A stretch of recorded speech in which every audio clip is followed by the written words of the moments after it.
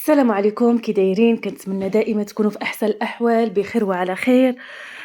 مرحبا بكم مره جديده في قناه الطبخ مع منال مع وصفه جديده واقتراح جديد. اليوم غادي نوجدوا مع بعضياتنا واحد الكغاطان اللي كيجي زوين بزاف ولذيذ بزاف بالشعريه الصينيه. كيجي تماما بحال البسطيله، بحال اللي كتاكلي بسطيله ديال الحوت. بقاو معايا باش تشوفوا المقادير وطريقه التحضير.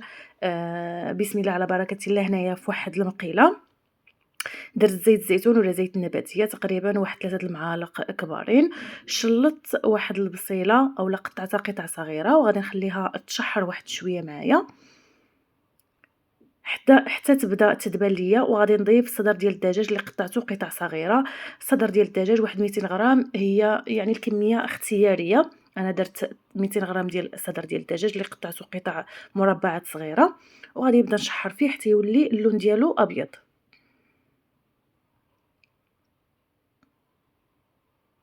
من بعد غادي نضيف واحد فصين من الثوم. هنايا غادي نهرسهم في هاد الآلة ديال الهرس اولا حكوهم.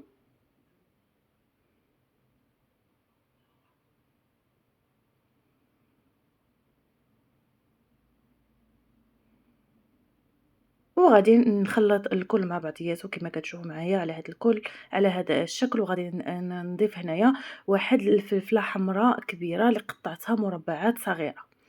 غادي نخليها عاوتاني تشحر مزيان حتى تدبل ليا. وغادي نضيف التوابل. هنا عندي الملح حسب الذوق، ما تكثروش الملح لان باقي كاينين مكونات مالحين.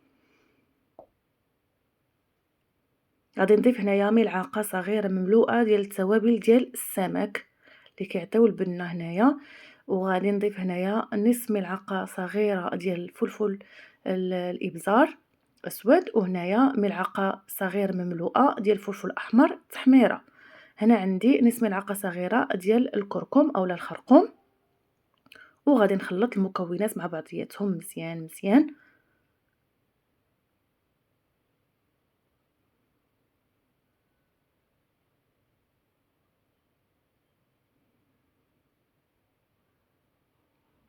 هنايا عندي واحد 200 غرام ديال الفطر المعلب اللي قطعته صفيته طبعا وقطعته قطع ودرته مع الحشو. تقدروا تستعملوا يعني الفطر الطري.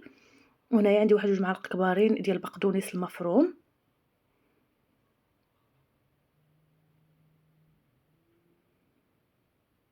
غادي نضيف هنايا نصف ملعقه صغيره ديال الهريسه. الهريسه على حسب الذوق، اذا كنتو كتبغيو الحار فضيفوا الهريسه. وعندي هنايا الزيتون الاخضر اللي مقطع قطع صغيره.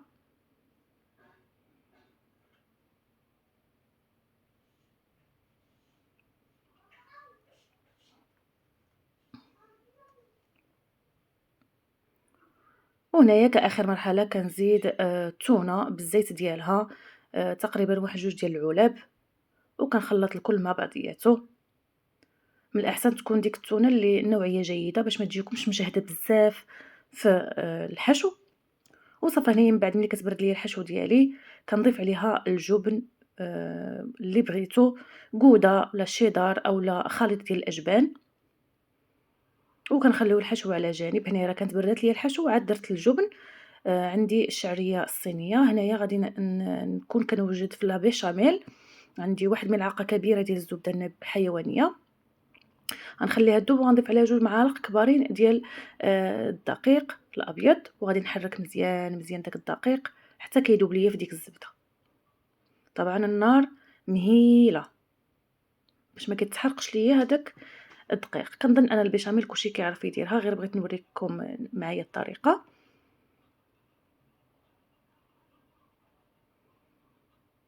من بعد غادي نبدا نضيف في الحليب بالتدريج. عندي واحد 230 ملي ديال الحليب.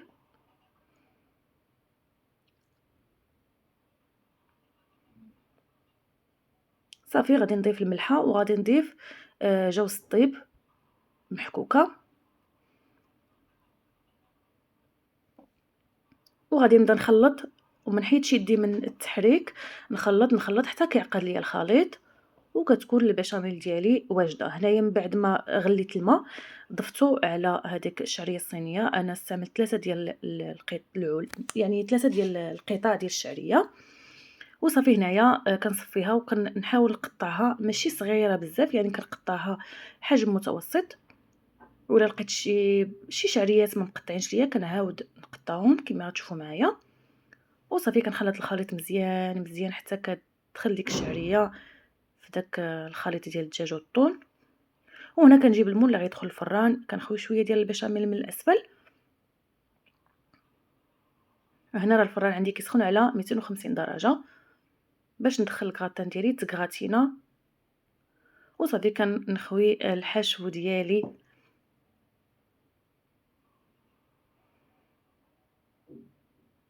كما كتشوفوا على هذا الشكل. كنحاول نصايبو وكنخوي ديك لا بيشاميل من الفوق. ضروري شويه ديال التنظيف في سطح العمل.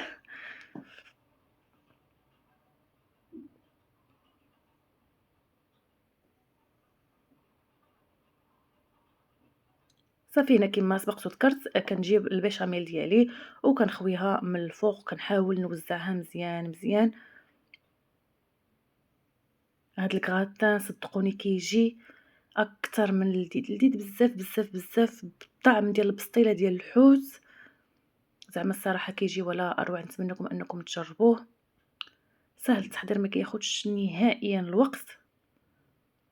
يكونوا المقادير متوفرين. ووجدوا هاد الشهيوات مره كنبغيو بحال هاد الشهيوات. غادي نزين من الفوق بالجبن باش كيعطي داك اللون من الفوق وديك التعليكه وحتى داك المذاق. وصافي كندخلو على 250 درجه من الفوق ومن الاسفل. وهنايا كنخرج من بعد ما تكغاتينا كنزوقو واحد شويه بالقليل بقدونس اللي مفروم باش كيعطي ديك الخضوريه. وهنا كيكون الكراتان ديالنا وجد بالصحه والراحه. نقدموه سخون كيجي بنين بزاف بزاف، شي حاجه اللي تبدلوا بها اكثر من لذيذ. نتمنى ان الفيديو ديال اليوم يكون عجبكم. اذا عجبكم ما تخلوش ليا ما تنسوش انكم تخليو ليا واحد التعليق وواحد اللايك او لا اعجاب. بالنسبه للناس اللي مشتركين معايا، يعني كاينين اللي مشتركين وكاع ما مفعلين داك زر الجرس. زر الجرس فهو مهم جدا. أنا نخليه لكم هنايا في واحد الصورة باش تفعلوا زر الجرس باش يبقى يوصلكم دائمًا جديد الوصفات اللي كندير. لأنني ملي مشيت لي statistic اللي عندي في القناة لقيت بأن نسبة قليلة اللي مفعلة زر الجرس، ماشي كاع المشتركين اللي عندي. فباش يوصلوكم الوصفات ديالي فعلوا زر الجرس باش دائمًا يوصلكم الجديد اللي كندير. شكرًا على المتابعة، مع السلامة أصدقائي.